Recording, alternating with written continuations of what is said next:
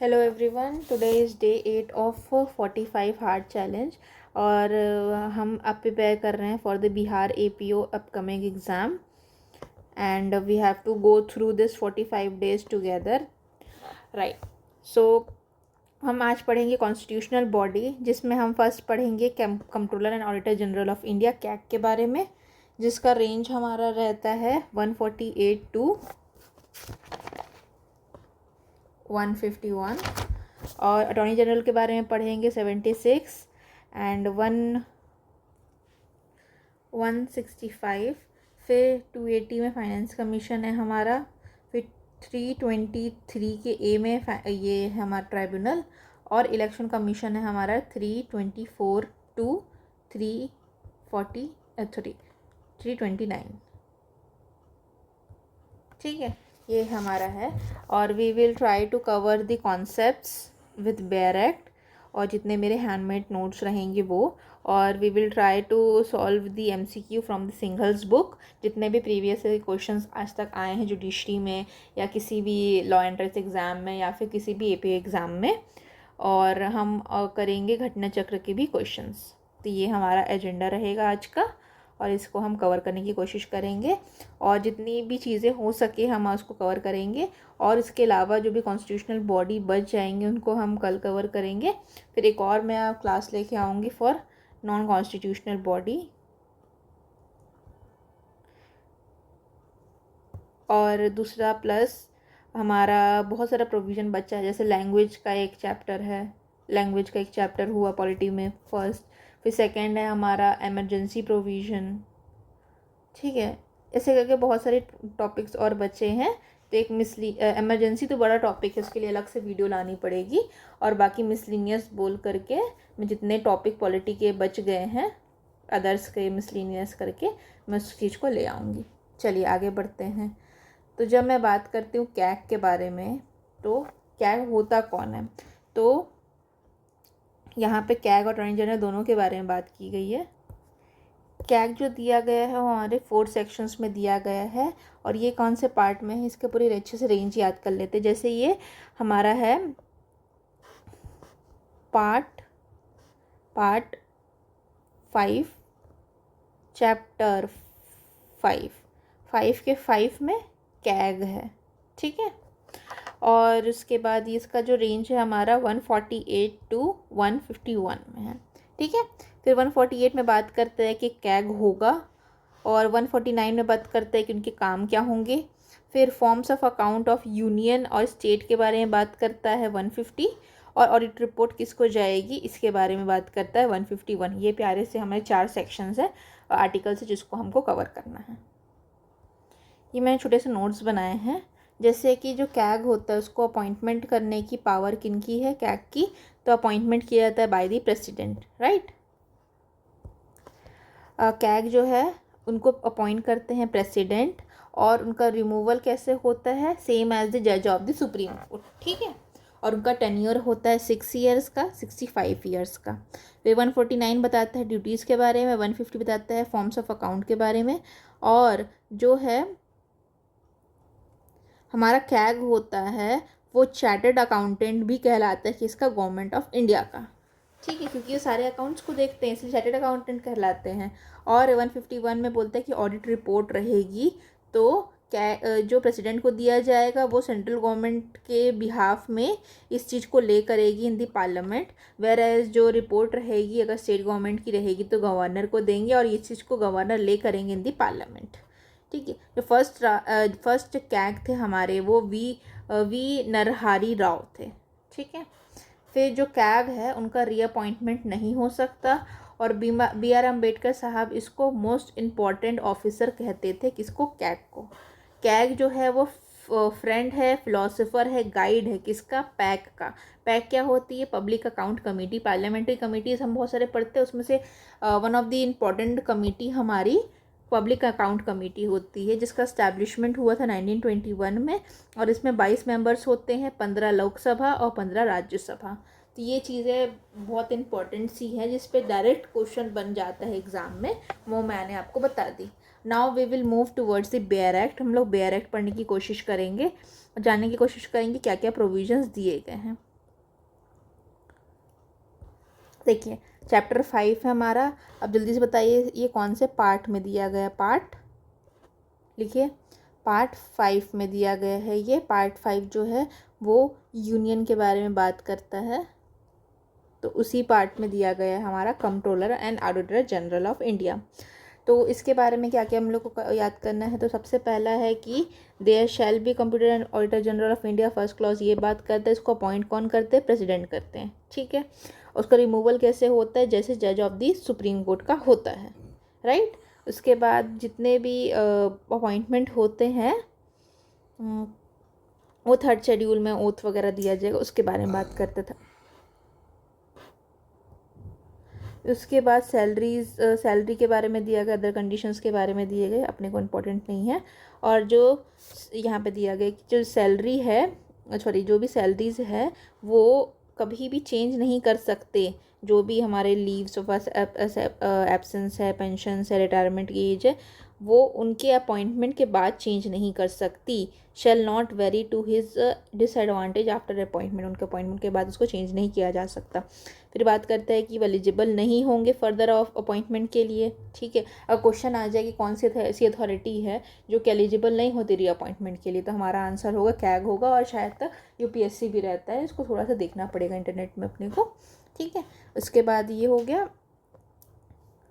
फिर जो हमारा 149 बात करते ड्यूटीज़ के बारे में, तो ड्यूटीज़ क्या है कैग की, तो कैग की ड्यूटी यही है कि जितने भी powers relating to the accounts of union और स्टेट और यूनियन के अकाउंट को देखने की जिम्मेदारी इनकी है। और जो भी चीज़ें कन्फर की जाएगी बाय द पार्लियामेंट, उसको भी करने की जिम्मेदारी नहीं की, मतलब अकाउंट देखने की जिम्मेदारी है। हम लोग अंदर से कुछ नहीं पूछेगा, अपने को यहाँ से क्या क्या सवाल बनेंगे बता देती हूँ। तो पहला सवाल बनेगा कौन अपॉइंट करता है, तो कंट्रोलर एंड ऑडिटर जनरल को तो हमारे प्रेसिडेंट करते हैं, ठीक है, प्रेसिडेंट करते हैं अपॉइंटमेंट। फिर रिमूवल कैसे होगा, तो जज ऑफ द सुप्रीम कोर्ट की तरह होगा। उसके बाद यहाँ पे उसका कुछ इंपॉर्टेंट नहीं है, हाँ। फिर इसको चेंज नहीं किया जा सकता, वो तो हर पोस्ट के लिए है कि उनके अपॉइंटमेंट के बाद चीज़ों को चेंज नहीं किया जा सकता। फिर चौथा पॉइंट है हमारा कि उनका कोई भी फर्दर अपॉइंटमेंट नहीं हो सकता, एलिजिबल नहीं होते रीअपॉइंटमेंट के लिए। फिर उसके बाद 49 में बात करते 149 में बात करता है ड्यूटीज़ के बारे में। 150 में बात करता है कि जो accounts of union and the states are to be kept by the form the president में on the advice of the controller general prescribe. मतलब ये बोल रहा है कि जितने भी अकाउंट्स रहेंगे यूनियन के और स्टेट के, वो किसके एडवाइस पे रहेंगे, प्रेसिडेंट के एडवाइस पे, मतलब कैग के एडवाइस पे इस फॉर्मेट में रहेंगे जैसा प्रेसिडेंट बोले, ठीक है। मतलब जो भी अकाउंट्स रहेगा यूनियन का और स्टेट का, वो प्रेसिडेंट रखेंगे, ठीक है। कौन से फॉर्म में, जिसको एडवाइस किया जाएगा बाय द कैग, ओके। तो इसमें हमारा देखो, इसमें अंदर से कुछ नहीं पूछेगा। यहाँ पे 150 में बताया गया है फॉर्म्स के बारे में, फॉर्म्स ऑफ अकाउंट कैसा रहेगा, प्रेसिडेंट का जैसा रहेगा, एडवाइस किससे ली जाएगी, कैग से ली जाएगी, बस इतनी सी चीज़ें याद रखनी है। फिर जो हमारा ऑडिट रिपोर्ट के बारे में ये बोला गया है कि ये सबमिट किया जाएगा प्रेसिडेंट को, अगर मामला यूनियन का है, यूनियन का मामला है तो प्रेसिडेंट को सबमिट किया जाएगा और वो पार्लियामेंट में उसको रखेंगी, लेट डाउन करेंगी। अगर रिपोर्ट हमारा स्टेट के बारे में है तो उसको गवर्नर करेंगे, और ये चीज़ लेट डाउन करेगा लेजिस्लेचर ऑफ द स्टेट में। बस इतनी चीज़ें अपने को याद रखनी है। अब हम आते हैं, ये घटना चक्र भी थोड़ी सी हमारी दी गई है, क्या दिया गया है हमारा, थोड़ा सा एक्सप्लेनेशन इसके बारे में दिया गया, सेम ऑलमोस्ट सेम चीज़ें ही, बेयर एक्ट का प्रोविज़न ही है इसमें। जैसे 148(1) बात करता है कि एक कैग होगा जिसका अपॉइंटमेंट कौन कर रहे हैं, प्रेसिडेंट साहब कर रहे हैं, ठीक है। और रिमूवल जज की तरह होगा, ठीक है, एलिजिबल नहीं होता रीअपॉइंटमेंट के लिए। और उसके बाद बात करता है 6 साल का टेन्योर होगा, 65 ईयर्स का इनका ऑफिस रहेगा, अपना ऑफिस को 6 ईयर से 65 ईयर्स के लिए होल्ड कर सकते हैं। बट ये प्लेजर ऑफ द प्रेसिडेंट के ऊपर बेस्ड रहता है, अगर प्रेसिडेंट नहीं रहेगा उससे पहले भी इनको रिमूवल किया जा सकता है, ठीक है। और इनका रिमूवल जो प्रोसेस होता है वो पार्लियामेंट में स्पेशल मेजोरिटी से होगा। और ग्राउंड कौन सा रहेगा, मिसबिहेवियर या इनकैपेसिटी इनका ग्राउंड रहेगा। और इनको बोला जाता है गार्डियन ऑफ पब्लिक पर्स, ये नाम याद रखिए, गार्डियन ऑफ पब्लिक पर्स इनका नाम है। तो हमने अभी क्या पढ़ा, हमने ये पढ़ा कि, चलिए लिखते हैं, लिखने से चीज़ें याद होती है तो आपको मैं लिखाने की कोशिश करती हूँ। सबसे पहले हमने पढ़ा कि ये रेंज क्या है, 148 से लेके 151 इसकी रेंज है। ठीक है, 148 में हमने पढ़ा क्या क्या चीज़ें पढ़ी। फर्स्ट हमने पढ़ा कि कैग का अपॉइंटमेंट प्रेसिडेंट साहब करते हैं। दूसरा चीज़ हमने पढ़ा कि रिमूवल जज की तरह होगा। ठीक है, फिर तीसरा हमने पढ़ा कि नो री अपॉइंटमेंट। फिर चौथा हमने क्या पढ़ा, चौथा हमने पढ़ा है कि इनका टेन्योर कितना है। टेन्योर कितना है, 6 ईयर्स या 65 ईयर्स, दोनों इसका टेन्योर हो सकता है, which ever is earlier. Earlier वाला चीज़ है 65 पहले आ जाए या तो 6 ईयर्स आ जाए। फिर पांचवी चीज़ है हमारी कि रिमूवल जो होगा वो स्पेशल मेजॉरिटी पे होगा, स्पेशल मेजॉरिटी से पास करना पड़ेगा। ठीक है, अब कहाँ होगा, पार्लियामेंट में होगा। ठीक है, और ग्राउंड क्या है इसके, ग्राउंड सेम है, same as the high court and supreme court जज, that is misbehaviour, proved misbehaviour और इनकैपेसिटी। ठीक है, ये हो गया, इतनी चीज़ें हमने कर ली। अब इसके नाम क्या क्या हैं, नाम को लिखते हैं। क्या क्या नाम है कैग के। कैग का पहला नाम है गार्डियन ऑफ पब्लिक पर्स।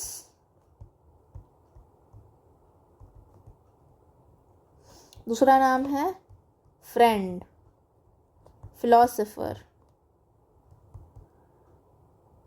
और क्या है, गाइड है। तीन है, क्या चीज़ के हैं ये, फ्रेंड, फिलोसोफर, गाइड, हमारे पैक के हैं। पैक क्या होता है, पब्लिक अकाउंट कमेटी। ठीक है, पब्लिक अकाउंट कमेटी को पैक बोला जाता है। ठीक है, यहाँ पे भी चीज़ें वहीं दी गई है। तो ये है हमारा guardian of the public purse. ठीक है, हमने पढ़ लिया। और ये फाइनेंशियल सिस्टम दोनों कंट्री, मतलब कंट्री के दोनों उसमें ऑडिट करने का काम है, सेंटर का भी है, स्टेट के भी ऑडिट करने का काम रहता है। चलो अच्छी बात है। फिर फ्रेंड फिलोसोफर गाइड है किसके, पैक के। ठीक है, उसके बाद फिर ये इनकी ड्यूटी है क्या, ऑडिट रिपोर्ट जमा करना, कि इनको प्रेसिडेंट को, अगर मामला हमारा सेंटर का होगा वो पार्लियामेंट में सबमिट करेंगे, और ये जो अगर स्टेट का मामला रहेगा अकाउंट्स ऑफ स्टेट गवर्नर को जमा करेंगी, जो कि स्टेट लेजिस्लेशन में उसको करेगा, सबमिट करेंगे। बी आर अम्बेडकर साहब क्या बोलते थे कि जो कैग है वो मोस्ट इम्पॉर्टेंट ऑफिस है कॉन्स्टिट्यूशन ऑफ इंडिया का। फिर जो हमारा जो कंप्यूटर एंड ऑडिटर जनरल का एक्ट है, computer and auditor generals duty power and condition act, वो बताता है 1997 में इफेक्ट में, 1971 में इफेक्ट में आया, कि इस एक्ट में अमेंड करके डाला गया कि सेपरेट अकाउंट्स होंगे, accounts separation of accounts from the audit, audit को सेपरेशन ऑफ अकाउंट्स और ऑडिट के लिए अमेंडमेंट किया गया था। इसमें इतने डिटेल में अपने को तो नहीं पूछेगा। फिर 3 ऑडिट रिपोर्ट बनाई जाती है to president, an audit report appropriate account, इतना इम्पोर्टेंट नहीं है अपने लिए। चलिए आगे बढ़ते हैं। चलिए अब आते हैं क्वेश्चंस के ऊपर। हम लोग घटना से के क्वेश्चंस पहले करेंगे, फिर करेंगे हम सिंगल्स के। तो जो कैग है हमारा वो अपॉइंट किया जाता है किसके द्वारा, प्रेसिडेंट करते हैं उसको। तो बहुत ईजी है, अपने को पता है जितने इंपॉर्टेंट पोस्ट हैं इंडिया में उसको अपॉइंटमेंट करने की रिस्पॉन्सिबिलिटी प्रेसिडेंट की रहती है। चलिए आगे आते हैं। और इसका एक्सप्लेनेशन में यही बोला गया है कि अपॉइंट करेंगे प्रेसिडेंट, रिमूवल होगा जस्ट लाइक दी जजेस ऑफ द सुप्रीम कोर्ट। अब सेकंड आइए, अब बताइए इस सवाल का आंसर कि आर्टिकल, कौन सा आर्टिकल में कैग के बारे में दिया गया है। तो 148 में दिया गया। 149 में क्या दिया गया है, 149 में दिया गया है ड्यूटीज़ ऑफ कैग के बारे में दी गई है। ठीक है, चलिए आगे आते हैं। The reports of CAG relating to the accounts of union, किनको जमा होगा, अगर यूनियन का मामला रहेगा तो किनको जमा होगा, तो प्रेसिडेंट को जमा होगा। क्या उनका reports, accounts of the union का रिपोर्ट, जो ऑडिट रिपोर्ट रहेगा वो प्रेसिडेंट को जमा होगा। ठीक है, चलिए नेक्स्ट सवाल पे आते हैं। अगर यूनियन का मामला रहेगा तो किनको जाएगा, अब सबको पता है कि प्रेसिडेंट को जाएगा। The CAG of India submits its report to the accounts of union, तो कौन है यहाँ पे, चीफ जस्टिस नहीं है, पीएम नहीं है, ये तो आंसर होगा डी हमारा। ठीक है, तो कौन है? प्रेसिडेंट है। चलिए आगे आते हैं। फिर the office of the CAG was created by, CAG का ऑफिस कैसे क्रिएट किया गया था, कहाँ दिया है कैग के बारे में? तो कैग के बारे में दिया है हमारे कॉन्स्टिट्यूशन में, बाय द कॉन्स्टिट्यूशन। चलिए अब सैलरी और सर्विसेज के बारे में कहाँ दिया गया? तो थर्ड वाले में दिया जाता है, सॉरी सेकंड वाले में ओथ एंड अफर्मेशन दिया गया। अब शेड्यूल्स को याद कर लेते हैं, यहाँ पे आया है मौका शेड्यूल्स को याद करने का। बताइए शेड्यूल्स के बारे में रिवाइज कर देते हैं, मौका आ ही गया है। तो पहला है, ओरिजिनल कॉन्स्टिट्यूशन में कितने शेड्यूल्स थे? तो 8 शेड्यूल्स थे। ठीक है, इसके बाद फिर हम लोग सारे शेड्यूल्स को करेंगे। फर्स्ट शेड्यूल में क्या है, सेकंड में क्या है, 3 में क्या है, 4 में क्या है, 5 में क्या है। हाँ राइट नाउ कितने हैं अभी टोटल? तो 12 शेड्यूल्स हैं। ठीक है, तो 6 में क्या है, 7 में क्या है, 8 में क्या है, ये सब आप नोट डाउन करेंगे और जब मैं लिखूंगी तो आप इसको चेक करेंगे। फिर 9 में क्या है, 10 में क्या है, 11 में क्या है, 12 में क्या है। चलिए बताइए 1 में क्या है। अब इसको पॉज करेंगे, आपका तरीका पढ़ने का ऐसा होना चाहिए कि जब मैं आपसे सवाल करूँ आप सवालों को लिखेंगे, पॉज करेंगे मेरी वीडियो, क्योंकि मैं रुकूंगी तो उससे कोई मतलब नहीं है ना। आप रोक सकते हैं, आपको इस लिबर्टी है वीडियो को पॉज करने की, मूव करने की, बैक करने की, तो इसलिए रुकने से, समय बर्बाद करने से कोई मतलब नहीं है, इसलिए मैं रुकती नहीं हूँ। तो सबसे पहला दिया गया है हमारा फर्स्ट शेड्यूल में क्या दिया है? तो फर्स्ट शेड्यूल में स्टेट और यूनियन के बारे में दिया गया है, स्टेट यूनियन। ठीक है, उसके बारे में union territories, states and UTs के बारे में दिया गया कि क्या क्या क्या यूनियन स्टेट्स कितने हैं, कौन कौन से स्टेट्स हैं, उसके नेम्स के बारे में, उनके टेरिटोरियल बाउंड्रीज़ के बारे में। तो फर्स्ट शेड्यूल बात करता है स्टेट एंड यूटीज़ के बारे में। ठीक है, सेकेंड शेड्यूल बात करता है हमारा सैलरी के बारे में। यहाँ पे सैलरी आई, अब मैं सैलरी को किससे कंफ्यूज कर चुकी थी? थर्ड में हमारा ओथ के बारे में दिया रहता है, ओथ से कंफ्यूज कर दी, इसलिए मेरा आंसर थोड़ा सा मिस्टेक हो गया। ठीक है, तो फर्स्ट में क्या है हमारा? स्टेट प्लस यूटीज़, स्टेट और यूटीज़ की बाउंड्रीज एंड नेम्स वगैरह हैं। सेकेंड शेड्यूल है हमारा सैलरी, बात करते हैं सैलरी सर्विसेज के बारे में।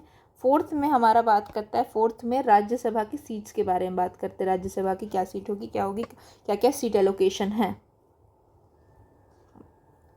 राज्यसभा, या फिर इसको ऐसे याद करके सीट एलोकेशन याद करेंगे हम, सीट एलोकेशन।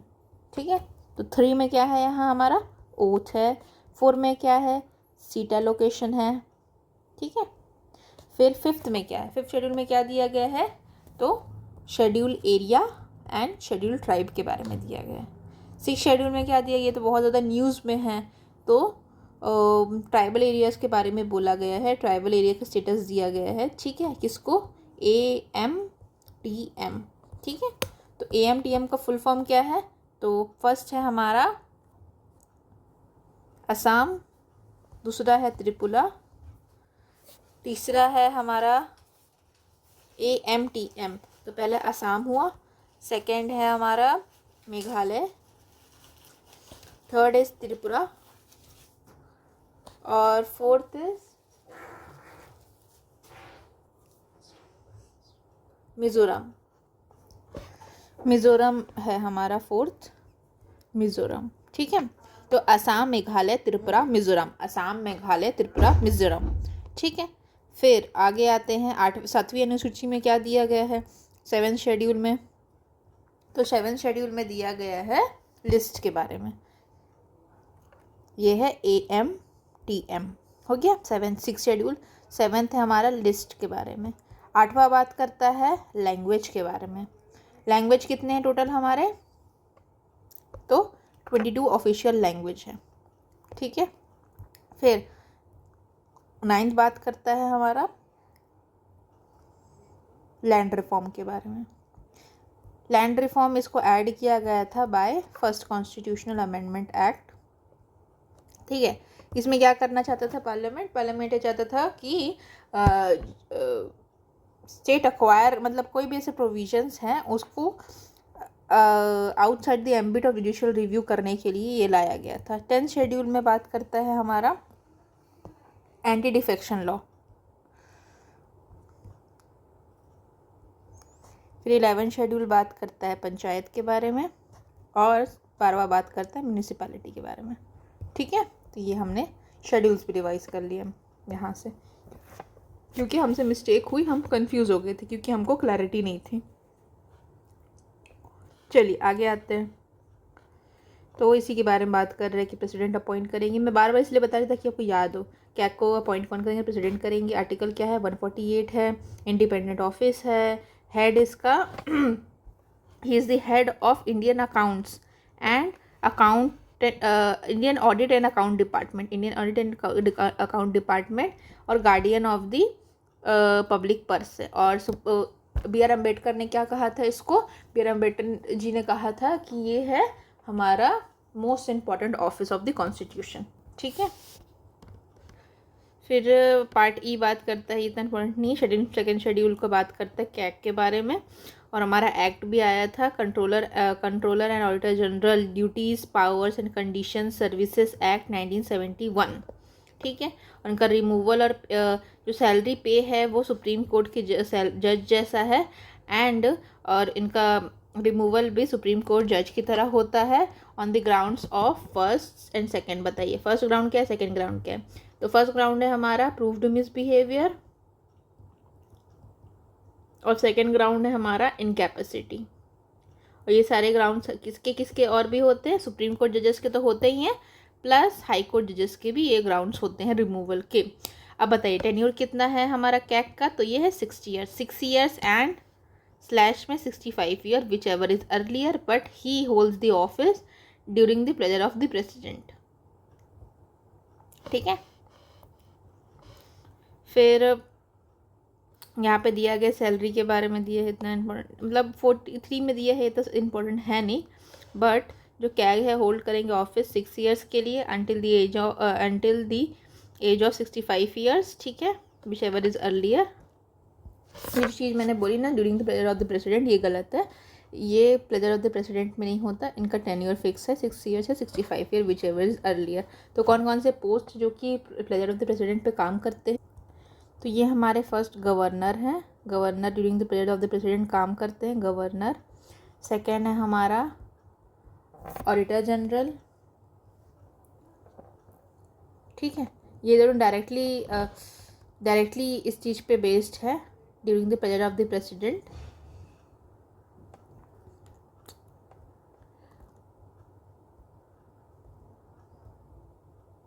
ठीक है, और इनडायरेक्टली हम लोग को देखा जाए तो पीएम भी होता है, but it is based on the majority अगर वो रहेगा, वो कॉन्फिडेंस लूज़ नहीं करेंगे पीएम एंड सीओएम, तो तब उसको रिमूव किया जा सकता है। But simply pleasure of the president वाले पोस्ट हमारे हैं governors and the auditor generals.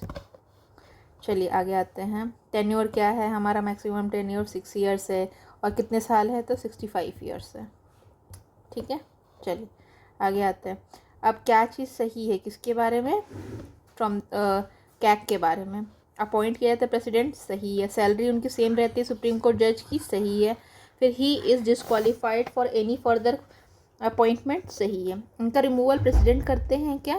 तो इसका आंसर गलत है, इसका प्रेसिडेंट नहीं करते, इनका अपॉइंटमेंट करते हैं प्रेसिडेंट। इनका रिमूवल फिर कैसे होता है? तो वही प्रोसीजर है जो कि सुप्रीम कोर्ट जज का प्रोसीजर है।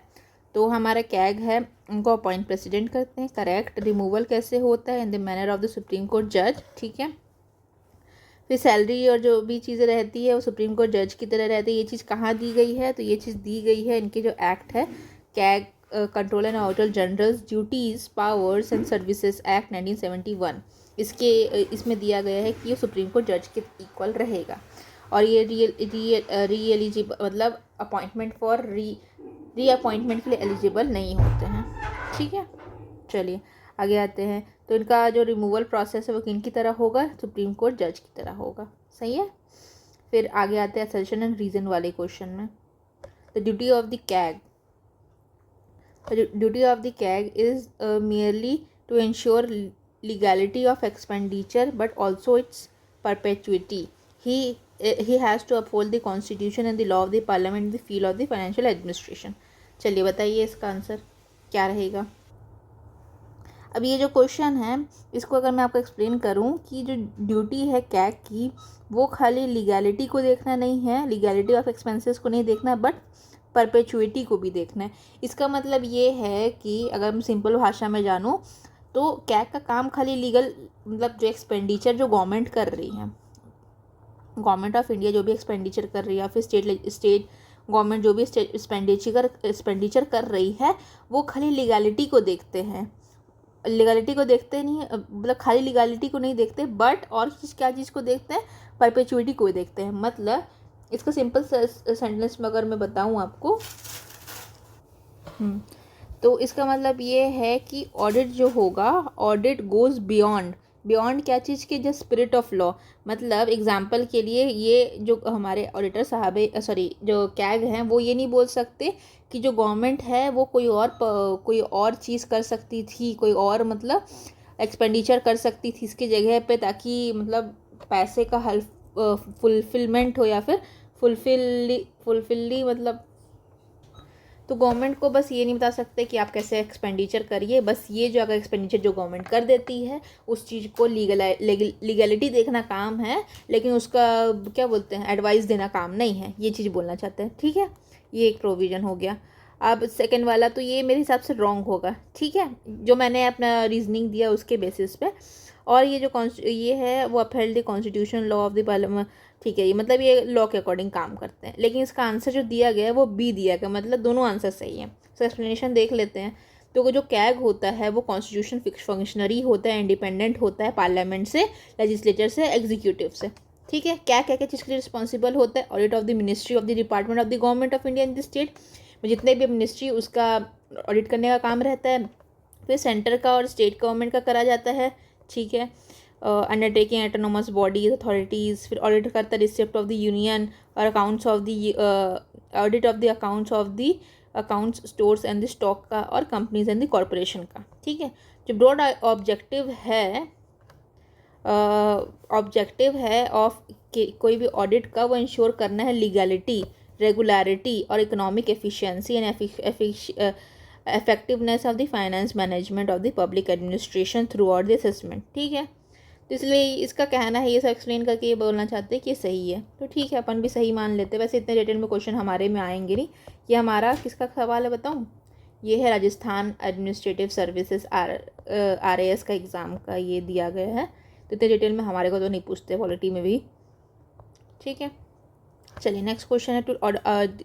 नेक्स्ट क्वेश्चन पढ़िए, कौन सी ड्यूटी नहीं है कैग की। तो पहला ऑडिट करना, रिपोर्ट करना जो भी एक्सपेंडिचर हो रहे कंसोलिडेटेड फंड ऑफ इंडिया में, जितने भी अकाउंट्स और रिपोर्ट्स हो रहे हैं जो कि contingent fund of India public account committee में हो रहे हैं, और अकाउंट और ऑडिट करना रिपोर्ट को जो भी ट्रेडिंग हो रही है, मैन्युफैक्चरिंग हो रही है, फाइनेंशियल लॉ से अकाउंट्स हो रहा है, ये सारे फंक्शंस तो हैं। But to ensure the receipt and the issue of public money and ensure the public revenue launch in the exchequer, ये अपने को नहीं पता है, उसका आंसर होगा डी, ये इसके फंक्शन नहीं है। चलिए और आगे आते हैं। बाकी सब ने ये बहुत डिटेल वाले क्वेश्चन हैं, मतलब देखिए ये पूरा UPSC का क्वेश्चन है, तो अपने को इतना डिटेल में इसमें जाना है नहीं अपने को। ठीक है, ये वाला देखते हैं।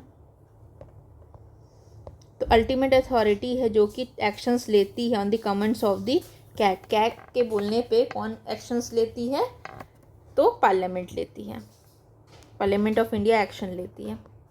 तो पार्लियामेंट अल्टीमेट अथॉरिटी है जो कि कैग का जो भी अपॉइंटमेंट अप्रोप्रिएशन हो रहा है, एक्शन हो रहा है, उसके बेसिस पे। फिर 151 में दिया गया है ऑडिट रिपोर्ट के बारे में। ठीक है, फिर कौन सा जो meetings of the public appoint committee को अटेंड करते हैं, तो कैग करते हैं। अब हम लोग सिंगल से क्वेश्चंस में आते हैं, बहुत डिटेलिंग, बहुत ज़्यादा डिटेल में दिया गया। चलिए ये सवाल बहुत प्यारा है, इसको सॉल्व करते हैं। ये कैग के बारे में दिया गया, ड्यूटीज़ के बारे में कहाँ दिए गए, तो 146 में 146 तो अपने लिए इंपॉर्टेंट नहीं, 148 में क्या दिया गया है, कैग के बारे में दिया गया, 149 में क्या दिया गया, ड्यूटीज़ के बारे में दिया गया है। चलिए अभी आगे आते हैं। ये वाला सबसे इंपॉर्टेंट क्वेश्चन है, इसमें चारों सेक्शंस का वर्ड है। ठीक है, तो सबसे पहले अगर मैं अपॉइंटमेंट के बारे में बात करती हूँ तो हमें कौन सा सेक्शन होगा, 148। ठीक है, ड्यूटीज़ के बारे में बात करती हूँ तो हमारा कौन सा होगा, 149। फॉर्म्स और अकाउंट्स के बारे में बात करती हूँ तो 150, और ऑडिट रिपोर्ट के बारे में बात करते हैं तो 151। तो यहाँ पे आंसर क्या होगा, ए का 1 होगा, ए का 1, बी का 3, सी का 4 एंड डी का 2, 4 2, तो 1 3 4 2, तो कौन सा आंसर होगा, 1 3 4 2। सही है। चलिए आगे बढ़ते हैं। फिर जो कैग को अपॉइंट करते हैं प्रेसिडेंट, रिमूवल कौन करता है, तो इसमें पार्लियामेंट का रहता है, तो पार्लियामेंट रिमूव करेगी इस चीज़ को। इसमें आंसर सही नहीं है, मतलब दिया ही नहीं गया। तो कैग को अपॉइंट करने का पावर प्रेसिडेंट का रहता है, ठीक है। और इसको रिमूवल जो होता है जज की तरह होता है। अब जजेस का रिमूवल कहाँ दिया गया है, तो 124 में दिया गया है।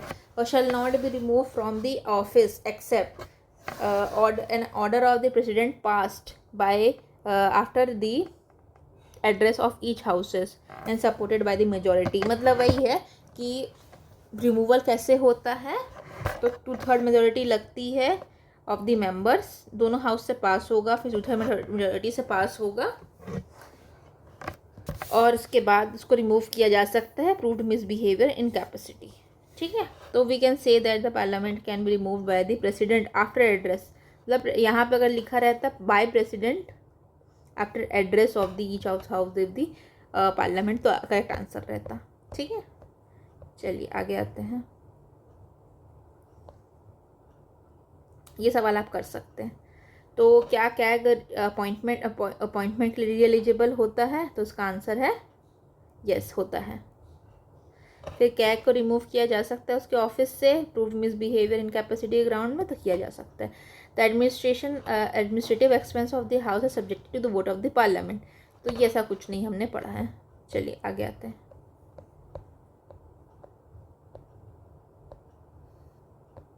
कैग किसका फ्रेंड फिलोसोफर गाइड है, तो ये गाइड है पैक का, ठीक है।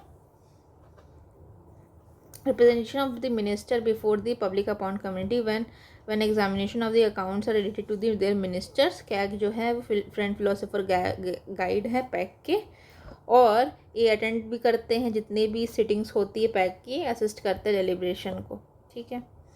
फिर पावर ऑफ ग्रांट और refusal to leave CAG shall vest on,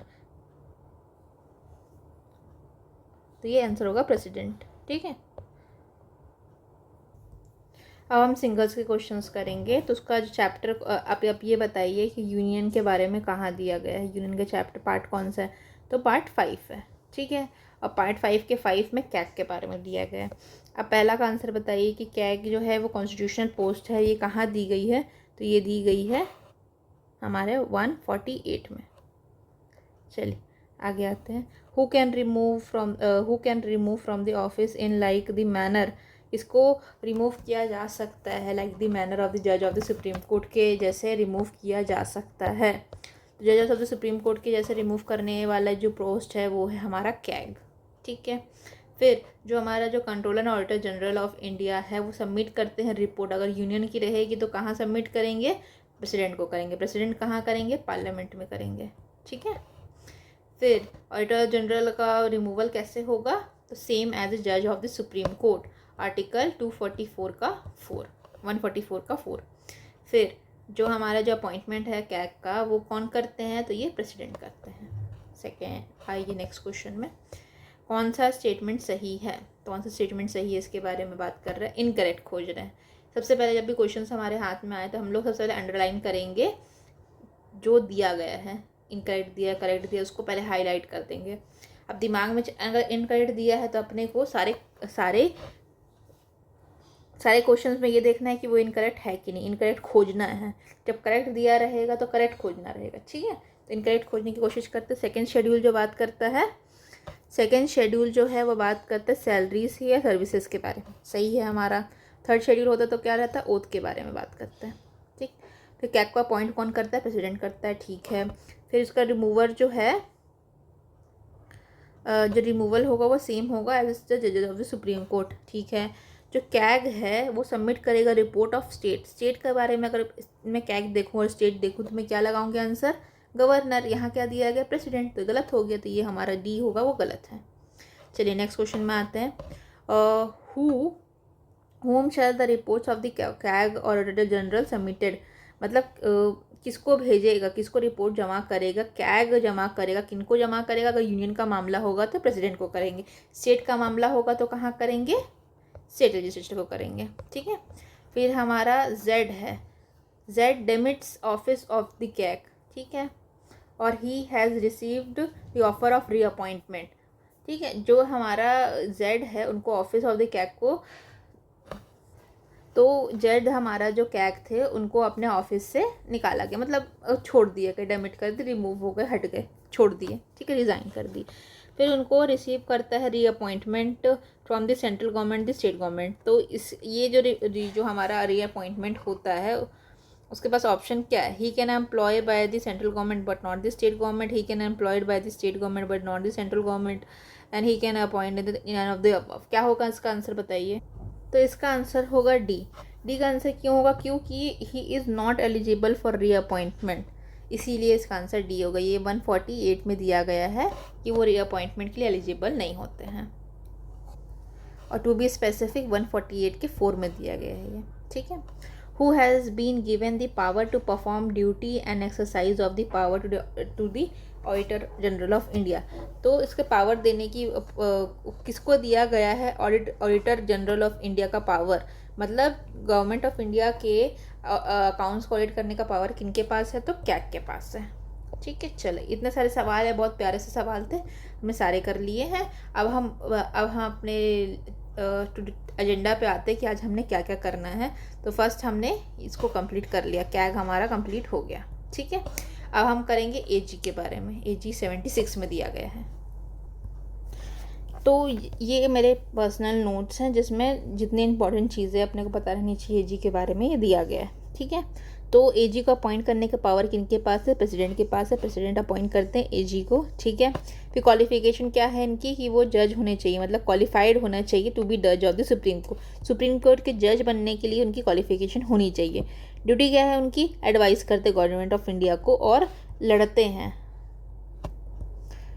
suits जो होते हैं अगेंस्ट गवर्नमेंट, उसको डील करने का काम करते हैं, ठीक है। उसके बाद फिर हमारे राइट्स क्या हैं? तो राइट्स में हमारा कि राइट टू ऑडियंस है सारे कोर्ट्स इन इंडिया, मतलब किसी भी कोर्ट में वो बैठ सकते हैं, ठीक है। राइट टू ऑडियंस है कोर्ट में, और पार्लियामेंट में भी बैठ सकते हैं, पार्लियामेंट में बैठ सकते हैं, बट उनके पास राइट है स्पीक करने का, कोई भी प्रोसीडिंग में बैठने का, both house of the parliament में, बट उनके पास पावर नहीं है वोट करने का। ये चीज़ कहाँ दी गई? 88 में दी गई है, ठीक है।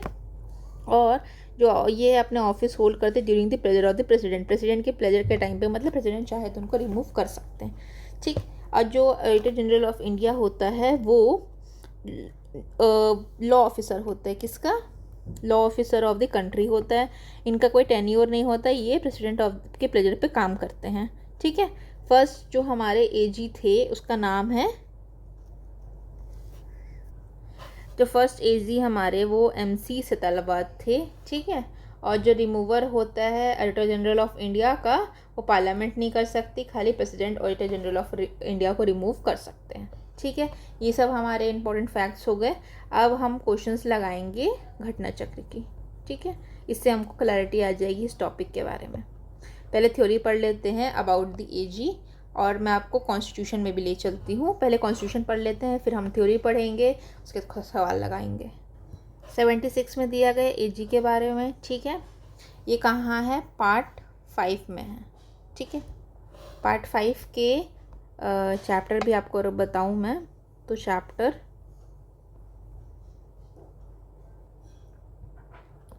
एग्जीक्यूटिव में ही आता है ये। तो पार्ट 5 है, उसका पहला पोर्शन होता है प्रेसिडेंट और वाइस प्रेसिडेंट के बारे में, ठीक है। फिर दूसरा पोर्शन होता है, देखो प्रेसिडेंट आ गए, फिर वाइस प्रेसिडेंट आ गए, फिर आगे बढ़ेंगे तो हमारे काउंसिल ऑफ मिनिस्टर के बारे में होगा, ठीक है। काउंसिल ऑफ मिनिस्टर्स आ गए। उसके बाद हमारा आता है पार्ट 5 में एजी के बारे में, ठीक है। 76 इसका प्रोविज़न है। तो पार्लियामेंट जो प्रेसिडेंट है वो अपॉइंट करती है एजी को, अगर कोई भी व्यक्ति होगा वो क्वालिफिकेशन रखता होगा जजेस ऑफ द सुप्रीम कोर्ट बनने के लिए। अब सुप्रीम कोर्ट के जज का क्या क्या क्वालिफिकेशन होता है, तो ये चीज़ दी गई है 124 के 3 में दी गई है। तो पहला होगा सिटीज़न होने चाहिए। सिटीज़न के साथ में 3 कंडीशन है। पहला सिटीज़न होने चाहिए, सिटीज़न के साथ में पहला है कि फर्स्ट एंड सिटीज़न एंड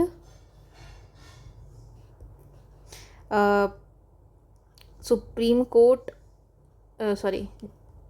जज होने चाहिए, जुडिशियल ऑफिसर होने चाहिए, जुडिशियल ऑफिसर होल्ड करना चाहिए 5 ईयर्स। ठीक। सेकंड है हमारा सुप्रीम कोर्ट में एडवोकेट होने चाहिए, या तो फिर यहाँ पे और आ रहा है, ठीक है, सिटीजन के साथ में एंड लगेगा, सिटीजन होने ही चाहिए, प्लस या तो जज हो 5 साल के लिए, या तो एडवोकेट हो 10 साल के लिए, या तो यहाँ पे भी और रहेगा, या तो डिस्टिंग्विश जूरिस हो in the eyes of the president. ठीक है, ये सारे कंडीशंस होंगे तभी कोई व्यक्ति को अपॉइंट किया जा सकता है as auditor general of India. फिर 76 का क्लॉज 2 बात करता है ड्यूटीज़ के बारे में। तो ऑडिटर जनरल की ड्यूटी क्या है? एडवाइस करना है। किनको एडवाइस करना है? गवर्नमेंट ऑफ इंडिया को, जो भी लीगल मैटर है, जो कि लीगल कैरेक्टर के हैं, और जो भी चीज़ डिफ़र की जा रही है, असाइन की जा रही है प्रेसिडेंट उसको अपॉइंट कर रहे हैं या फिर रेफ़र कर रहे हैं, और डिस्चार्ज ऑफ द फंक्शंस जो भी दी जाएगी बाय द कॉन्स्टिट्यूशन, ये सब उनके फंक्शंस हैं। ठीक है, ड्यूटीज़ हो गई। फिर अगर उनकी ड्यूटी परफॉर्म करते हुए ऑडिटर जनरल चाहे तो किसी भी कोर्ट में राइट रखते हैं ऑडियंस का, मतलब auditor general have the right to audience in all the courts in the territory of India. ठीक है, किसी भी कोर्ट में बैठ सकते हैं, राइट टू ऑडियंस रखते हैं। फिर इनका रिमूवल कैसे होगा? By the pleasure of the president. ठीक है, और रिमोडरेशन वगैरह जो भी उनकी सैलरी वगैरह होगी वो डिसाइड करेंगे प्रेसिडेंट। इतना सा प्रोविज़न है हमारा 76 में। एक 88 भी आता है, इसी के इसी के ही रिलेटेड प्रोविज़न है। तो आर्टिकल 88 पढ़ेंगे और 105 पढ़ेंगे। तो आर्टिकल 88 है, ये दोनों के बारे में बात करता है, मिनिस्टर्स के बारे में बात करता है और एजी के भी बारे में बात करता है। उनके पास है right to speak, take part in the proceeding of the either of the house of the parliament, joint sitting में बैठ सकते हैं और किसी भी कमिटी ऑफ द पार्लियामेंट में बैठ सकते हैं। बट उनके पास राइट नहीं है, shall not by the virtue of this article right to vote नहीं होगा, बाकी सब ये होगा। ठीक है, फिर 105 में चलते हैं।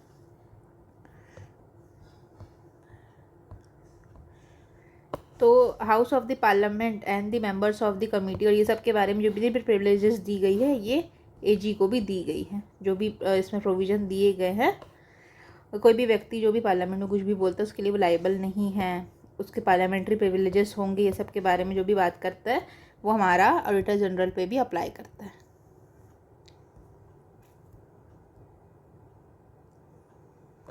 अटॉर्नी जनरल पे अप्लाई करता है।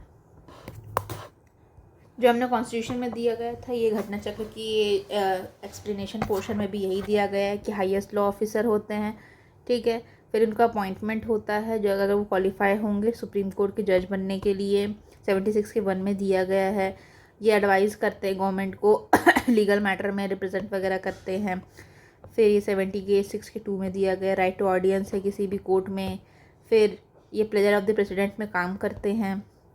फिर राइट टू टेक पार्ट है किसी भी प्रोसीडिंग में पार्लियामेंट के या जॉइंट सिटिंग में, बट राइट टू वोट नहीं है। और ये है ऑल द प्रिविलेजेस और immunity available to the member of the parliament enjoy करते हैं। तो ये जो प्रोविज़न दिया गया है वो आर्टिकल 88 में दिया गया है। ये जो प्रोविज़न दिया गया है आर्टिकल 105 में दिया गया है। 88 में बात करता है कि कोई भी पार्लियामेंट्री प्रोसीडिंग्स में ये पार्टिसिपेट कर सकते हैं, बट राइट टू वोट नहीं है। और 105 में दिया गया है कि पार्लियामेंट्री प्रिविलेजेस के बारे में, जो भी प्रिविलेज और इम्यूनिटी पार्लियामेंट के मेंबर को मिलती है वो एजी को भी दिया जाता है। ठीक है, 165 बात करते हैं governor of each state appoint करेंगे एक ऑफिसर को जो कि एडवोकेट जनरल कहलाएगा। ठीक है, तो हमने एजी भी कर लिया, हमने एडवोकेट जनरल भी कर लिया। और ये जो है वो फर्स्ट लॉ ऑफिसर होते हैं सेंट्रल गवर्नमेंट के, highest law officer of the country है। फर्स्ट लॉ ऑफिसर होते हैं सेंट्रल गवर्नमेंट के। जो एडवोकेट जनरल होते हैं वो फर्स्ट लॉ ऑफिसर होते हैं किसके? स्टेट गवर्नमेंट के, या फर्स्ट लीगल एडवाइज़र होते हैं स्टेट गवर्नमेंट के। और ये जो एडवोकेट जनरल भी है वो अपना ऑफिस होल्ड करते हैं प्लेजर ऑफ द गवर्नर के ऊपर। ठीक है, तो अगर देखा जाए अगर मैं प्लेजर की बात करूं तो यहाँ पे 2 अथॉरिटी हैं। एक है अटॉर्नी जनरल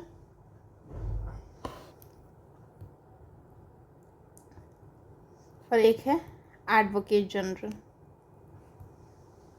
ठीक है, ये 76 में दिया गया है, ये 165 में दिया गया है। ठीक है, और अटॉर्नी जनरल जो है उनका रिमूवल कैसे होगा, रिमूवल नहीं सॉरी, उसने अपना पोस्ट होल्ड करेंगे ड्यूरिंग द प्लेजर ऑफ, किसके प्लेजर पे, ड्यूरिंग प्लेजर ऑफ प्रेसिडेंट। और ये अपना पोस्ट होल्ड करेंगे, एडवोकेट जनरल को पोस्ट करेंगे ड्यूरिंग प्लेजर ऑफ गवर्नर। ठीक है, ये दोनों याद रखना। जो एडवोकेट जनरल है वो स्टेट के फर्स्ट लॉ ऑफिसर है, इसलिए अपना पोस्ट को होल्ड करते हैं during the pleasure of the governor. और जो सेंट्रल गवर्नमेंट के हैं हमारे अटॉर्नी जनरल, वो अपना होल्ड करते हैं प्रेसिडेंट के प्लेजर के ऊपर। ठीक है, अब सवाल लगाएंगे हम। चलिए अब बताइए कि जो गवर्नमेंट ऑफ इंडिया का लीगल मैटर में रिप्रेजेंटेशन कौन करते हैं, तो ये करते हैं हमारे अटॉर्नी जनरल। ए होगा इसका आंसर। 76 में दिया था अटॉर्नी जनरल के बारे में। ये इनका काम क्या है, ड्यूटी है एडवाइस करने की लीगल मैटर में गवर्नमेंट ऑफ इंडिया को, और फर्स्ट लॉ ऑफिसर होते हैं गवर्नमेंट के, और प्रेसिडेंट उसको अपॉइंट करते हैं। लेकिन क्वालिफिकेशन कैसी होगी उनकी, जज ऑफ द सुप्रीम कोर्ट की जैसे होगी। मतलब 5 साल तक का जुडिशियल ऑफिसर का एक्सपीरियंस और 10 साल का एज एडवोकेट का एक्सपीरियंस, या तो आप डिस्टिंग्विश जूरिस्ट होंगे इन दी आइज ऑफ द प्रेसिडेंट, तब उसका अपॉइंटमेंट किया जा सकता है। जो थर्ड वाला प्रोविजन अपना दिया गया है डिस्टिंग्विश जूरिस्ट वाला, इस ग्राउंड पे कभी भी किसी भी प्रेसिडेंट ने किसी भी व्यक्ति को अपॉइंट नहीं किया है।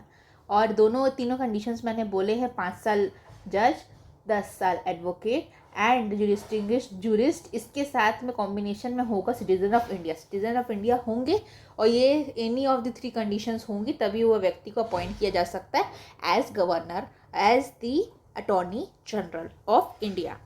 ठीक है,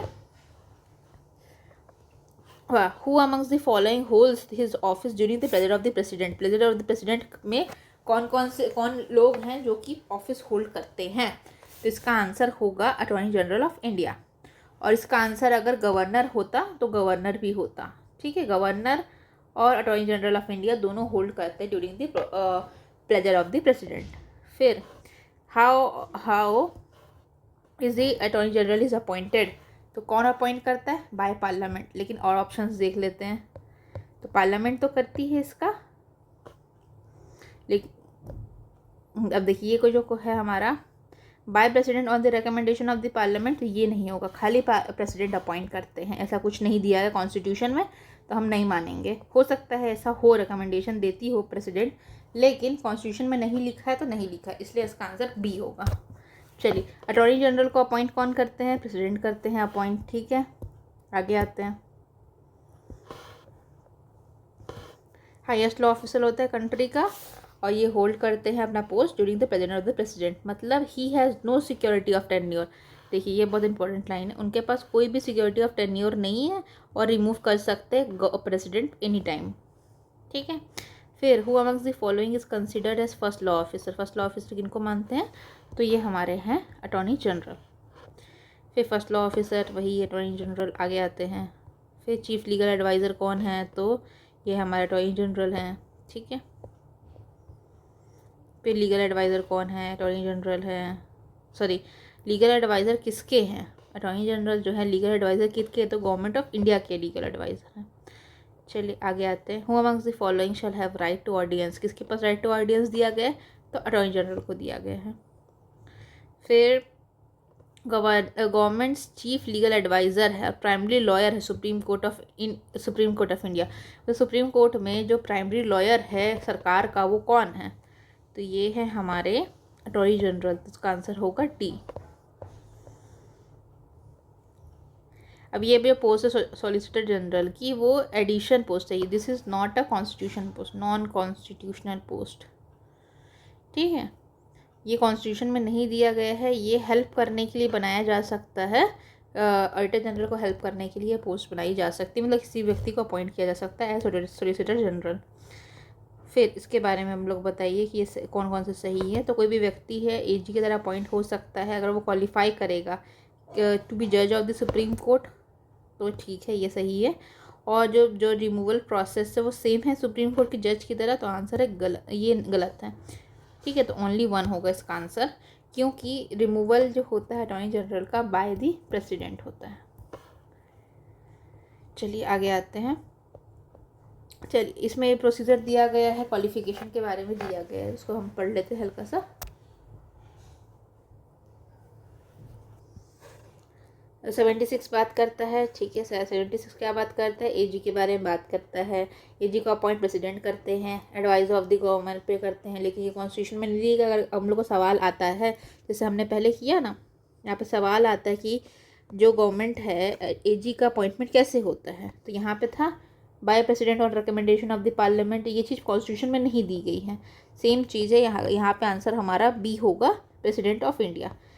तो यहाँ पे भी वही है कि एडवाइस दी गई है, लेकिन ये कॉन्स्टिट्यूशन में मेंशन नहीं है, तो अगर हम लोग को ऑप्शन रहेगा तो हम लोग चूज़ करेंगे प्रेसिडेंट।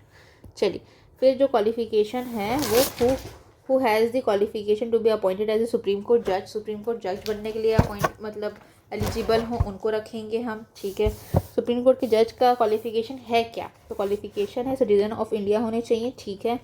फिर जज होने चाहिए कि जुडिशियल ऑफिसर होल्ड करेंगे किसी भी हाई कोर्ट में, हाई कोर्ट की जज होने चाहिए 5 साल। फिर एडवोकेट हों हाई कोर्ट में 10 साल के लिए तब, और या तो फिर जूरिस्ट हों, अच्छे जूरिस्ट हों in the opinion of the president, उनको तब उनको अपॉइंट किया जा सकता है as auditor general of India. फिर आगे आइए। फिर रिमूवल प्रोसेस जो है, प्रोसीजर है, वो ग्राउंड्स दिए नहीं गए हैं, उनको ऑफिस अपना होल्ड करना है during the president of the president, मतलब रिमूवल किया जा सकता है बाय द प्रेसिडेंट। चलिए आगे आइए। 76 में क्या दिया गया, 76 में दिया गया है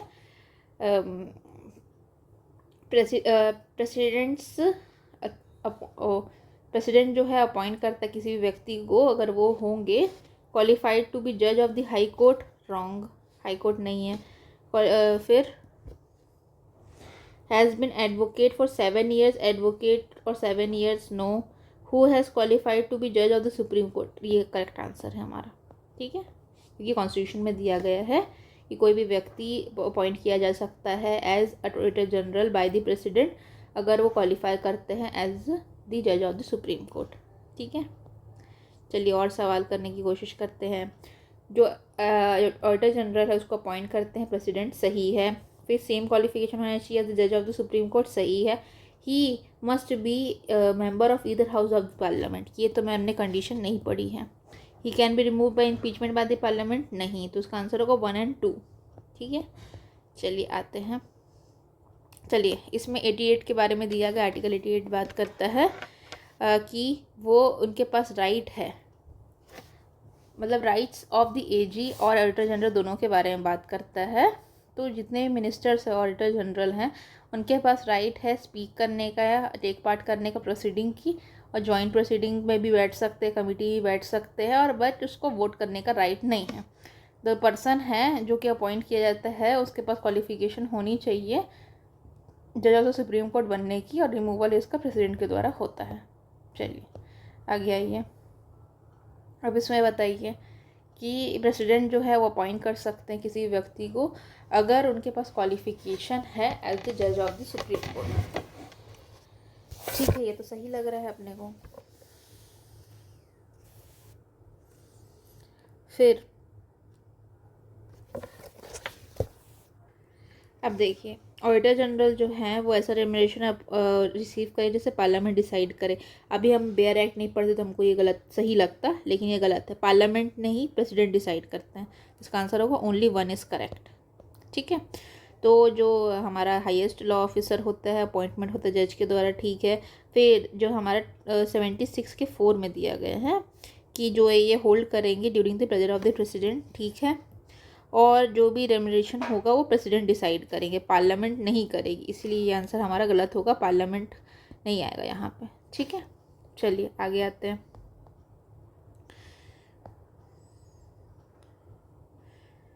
फिर इस नेक्स्ट सवाल है हमारा, जो होल्ड करते हैं during the pleasure of the president, ये करेक्ट है statement. He is not entitled to the privilege of the parliament member of the parliament, तो ये गलत है, क्योंकि वो एंजॉय करते हैं अंडर आर्टिकल 88, और जितने भी 105 में दिए गए हैं प्रिविलेजेस वो भी एंजॉय करते हैं। इसमें होगा ओनली वन इज करेक्ट।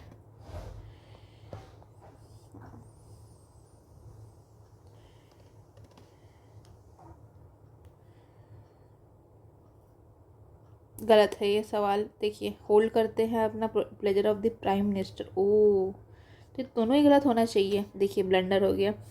यहाँ पे बोला जा रहा है hold the pleasure of the prime minister, तो ये तो गलत हो गया। ठीक है, he is not entitled to the privileges of the member of the parliament, गलत है। ये तो 88 में है, तो ये डी होना चाहिए इसका आंसर। चलिए आगे बढ़ते, दोनों स्टेटमेंट गलत होगा। ठीक है, कौन सा गलत है? तो दोनों गलत है, सॉरी बी होगा जी, मैं भी पागल हो जा रही हूँ। यहाँ पे पूछ रहा है कौन सा करेक्ट आंसर है, तो दोनों करेक्ट है, दोनों इनकरेक्ट है, नाइदर 1 नाइदर 2। ठीक है, फिर नेक्स्ट क्वेश्चन में आते हैं।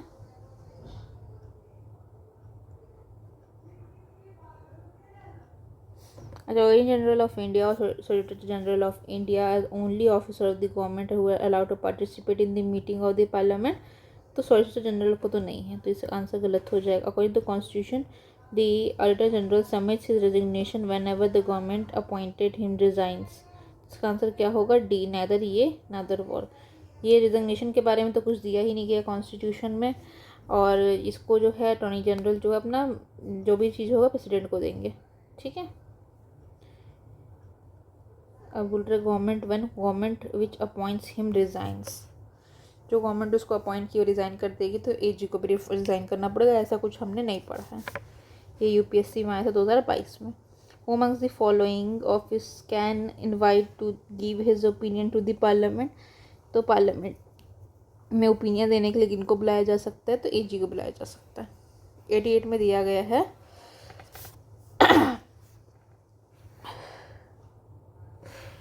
कि राइट टू स्पीक है, पार्टिसिपेट है। ठीक है, कोई वोटिंग राइट नहीं है। आर्टिकल 151 प्रोवाइड करता है कि जो कैग है और auditor general of India report कर सबमिट करेंगे प्रेसिडेंट को, और ये जो है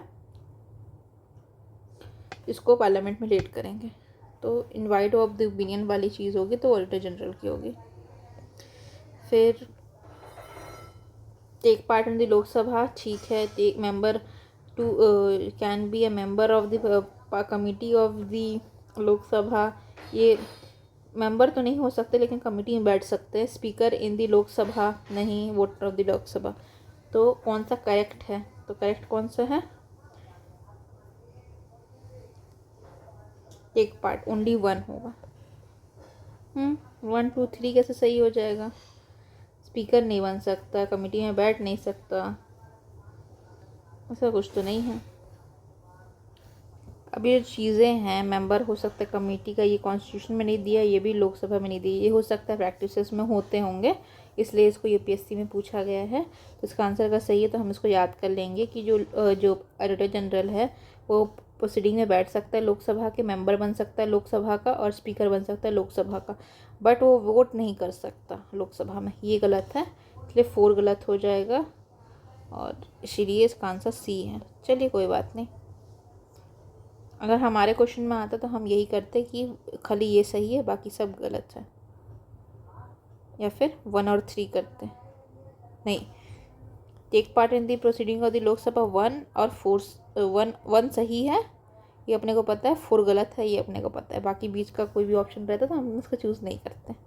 चलिए, फिर पार्टिसिपेट कर सकते हैं पार्लियामेंट्री प्रोसीडिंग में, ऑडिटर जनरल ऑफ इंडिया कर सकते हैं।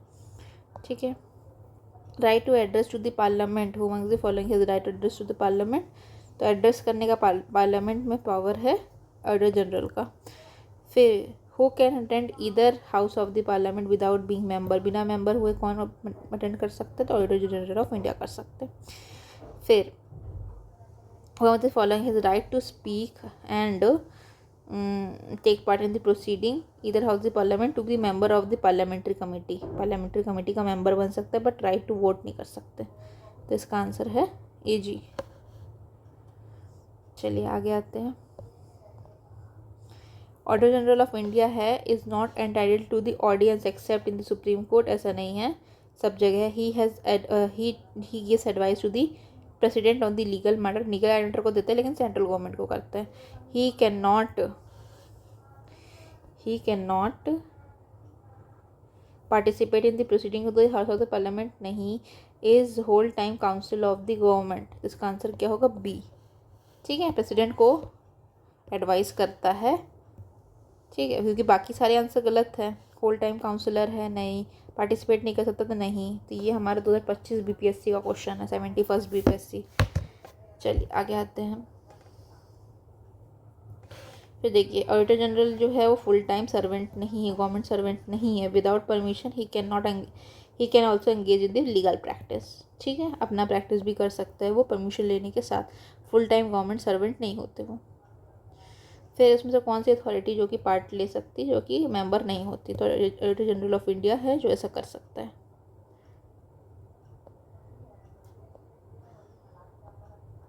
और यहाँ पे वाइस प्रेसिडेंट भी, वो भी ऐसा कर सकते हैं, लेकिन आंसर होगा मोर ऑफ द अबव भी हो सकता है। ठीक है, ये ध्यान रखेंगे कि प्रेसिडेंट जो है, वाइस प्रेसिडेंट जो है वो भी पार्ट ले सकते हैं, क्योंकि वो एक्स ऑफिशियो चेयरमैन होते हैं राज्यसभा के।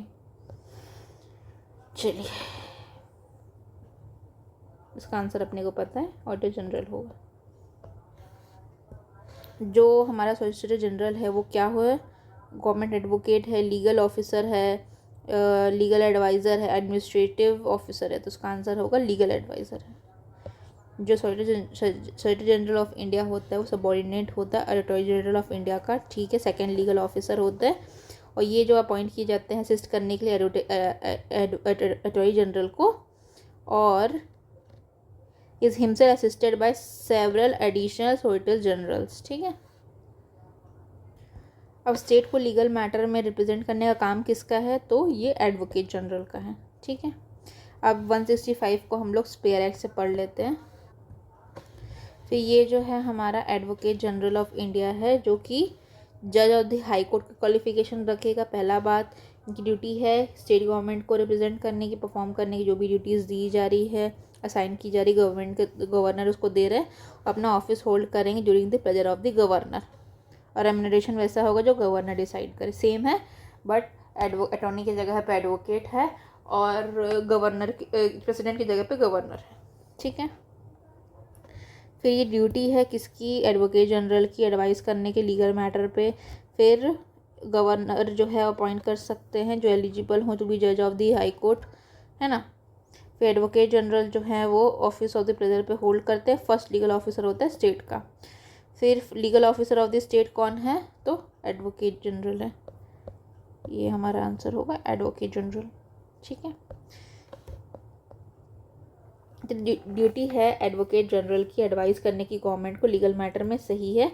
Advocate holds the office in the pleasure of the cabinet, तो ये गलत है, कैबिनेट नहीं है, ये गवर्नर है। तो एक सही होगा, 1 सही है, ओनली ए। चलिए आगे आते हैं, इसको पढ़ लेते हैं। 165 बात करता है कि ड्यूटी है एडवोकेट की, एडवोकेट जनरल की लीगल मैटर्स में गवर्नमेंट ऑफ स्टेट को वो करने की, और जो भी उसको रेफ़र किया जा रहा है गवर्नर के द्वारा वो फंक्शन डिस्चार्ज करेगी, जो भी दिया गया कॉन्स्टिट्यूशन ऑफ इंडिया में, ठीक है। और वो होल्ड करता है अपना office during the pleasure of the governor, not cabinet. Advocate general of the state in India appointed by the president, ठीक है, on the recommendation of the governor of the concern, ऐसा नहीं है, प्रेसिडेंट का कोई रोल नहीं है यहाँ पे, तो ये गलत हो जाएगा। फिर सीपीसी, अब as per the procedure of CPC high court has the original appellate and advisory jurisdiction at the state level, तो मेरे हिसाब से ये भी गलत होना चाहिए, तो डी होगा, नीदर ये नॉर वो, क्योंकि सीपीसी में दिया है एडवाइजरी जुरिडिक्शन दिया गया है, लेकिन ये एडवोकेट जनरल के कॉन्टेक्स्ट में नहीं सही बैठता है, और एडवाइजरी पावर जो है इन्हीं की है, ठीक है, लीगल एडवाइज़र कहलाते हैं। एडवोकेट जनरल है वो लीगल एडवाइज़र कहलाते हैं। ये कॉन्स्टिट्यूशन ऑफ इंडिया में पोस्ट है, और ये करस्पॉन्डिंग है to the union government level पे, और ये अपॉइंट किया जाता है by the governor, not the president, ठीक है। फिर 117 में बात करते हैं, उनके पास पावर है लेजिस्लेचर में बैठने के लिए, ठीक है, और सिविल प्रोसीजर कोड में ये दिया गया है कि जो हाई कोर्ट है उसके पास कोई पावर नहीं है, क्या चीज़ की, अपीलेट और एडवाइजरी जुरिसडिक्शन स्टेट लेवल पे नहीं है। एडवाइजरी जुरिसडिक्शन जो है वो बिलोंग करती है सुप्रीम कोर्ट की, समझे। चलिए अब ये हमारा ये भी हो गया, तो क्या क्या चीज़ें हमारी हो गई है। चलिए हमारे आज के एजेंडा पे आते हैं। तो वी हैव